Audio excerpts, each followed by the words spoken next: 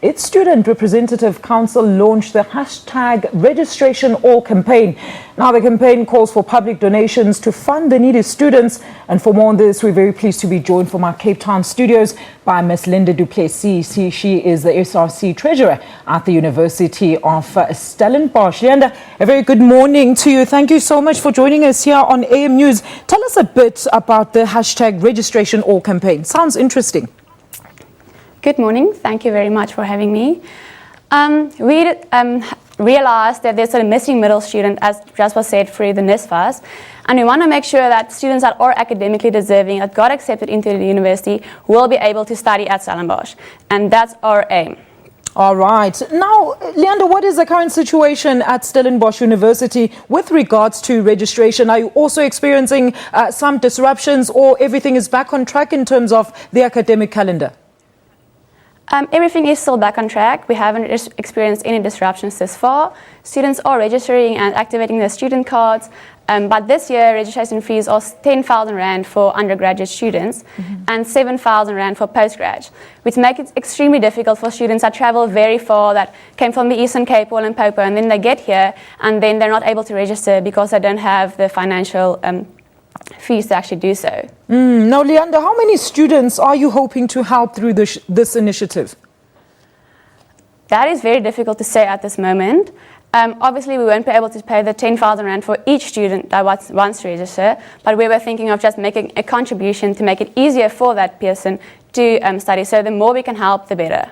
All right. And of course, now is the SRC working together with university management in order to try to discuss ways in which also the university itself can help and also raise funds for those deserving and needy students? Yes, I must say the management was very supportive in this way. We're going through the university's bank accounts and with their cost centres in order to support students. And also the university said that they put aside 650 million Rand for bursaries for postgraduate and undergraduate students this year. And also they, in public at the rector's welcoming, they did say that they fully support our campaign. All right. Now, are you satisfied with the current number of bursaries and scholarships that the university is currently giving out? I don't think we can ever be satisfied. As there's always people that need bursaries and that need financial support, and we want to make sure that every student that is academically deserving will be able to study, and that will never be possible. So we're hoping to get more money. All right. And Leander, look, here's a platform. What is your plea to the public? Please go ahead. Thank you so much. We, as an SRC, want to ask all SRCs, alumni, current students, parents, sponsors, to please make a contribution and to become part of our campaign to make sure that all students can be registered. And if they are academically deserving and they deserve to be part of this country's leadership and future, that they will please support us and help to fight to make South Africa a better nation. So please support us. You can do it at the SRC offices, or you can make an EFT through our account. Can I give our details now? Yes, please go ahead and give us those details. Okay. Yes, so it's Standard Bank, University of Stellenbosch. The account number is 073 006 955. The branch code is 050610, and the reference is Register All. And then if you want a tax deduction, you have to put your name and surname as a reference as well.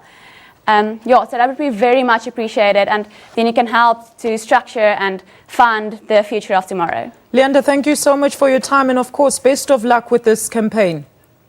Thank you so much, and thank you for your time. All right. Well, that was Linda du Plessis. She's the SRC Treasurer at the University of Stellenbosch, and she was talking to us about their new launch campaign. And of course, the Stellenbosch SRC is trying to raise funds to try and fund those needy students. In related news, Wits University SRC are engaging in joint fundraising efforts together with the university in an attempt to assist indebted students at the institution. The students are part of the so-called missing middle, whose parents' salaries are above the NSFAS ceiling, but the money isn't to finance their studies. And for more on that story, now joined in studio by Ms. Fasiha Hassan. She is the Wits SRC Secretary General. Fasiha, very good morning to you. Thank you so much for joining us. Thank you for having me. Look, let's get right to it. How much have you raised so far? Oh, I don't want to go into numbers, but we have already launched our campaign. It's going to be formally launched really over the next week.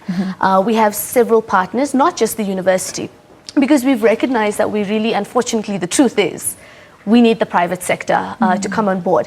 And what we've done is we've actually partnered with SABC to launch an SMS line. So there's actually a few things that we're doing that will allow the public really to SMS the university name, because this is a national campaign, whether it be Wits or UJ, TUT, VUT. It's a national thing. Exactly. Whoever you'd like to donate to, you SMS that code to the particular number that SALC is about to provide to us, and the public will be able to donate.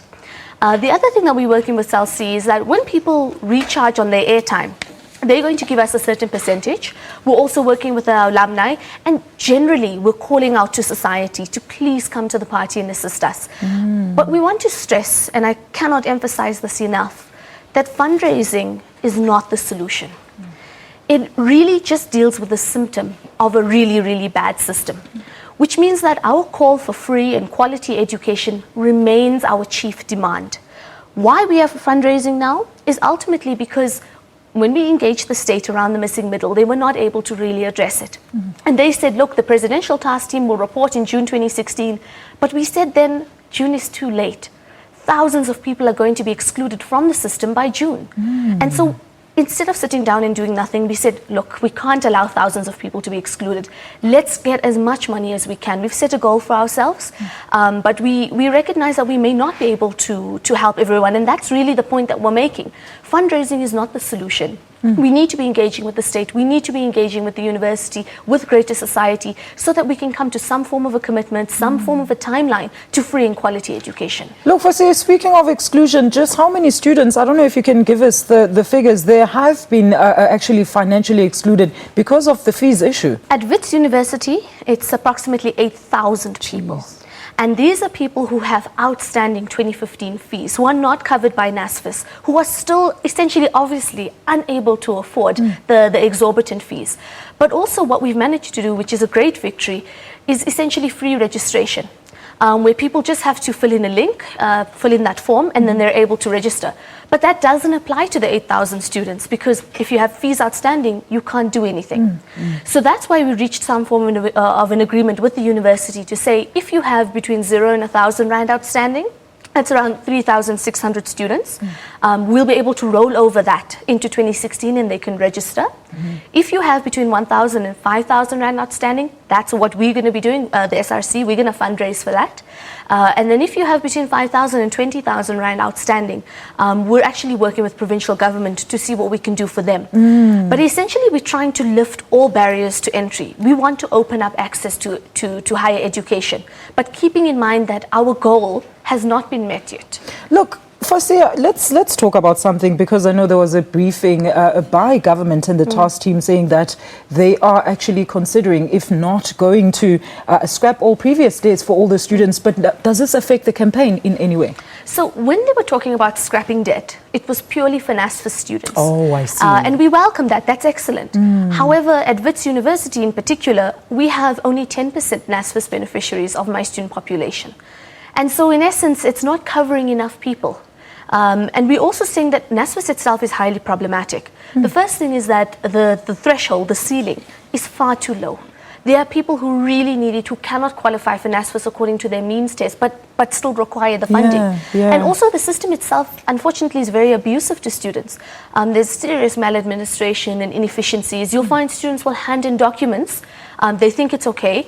The documents will be lost, and then they'll be told, well, actually, sorry, you don't qualify. But they handed in the documents. They went about what they had to do. Some serious issues there. Now, your fight for free education, does it still stand? And how soon do you think that will be an ethical view to say, all right, we are ready for free education in South Africa? So free and quality education is always going to be our demand. Until we're able to reach it, fees must fall, the movement is going to continue. We want it sooner rather than later.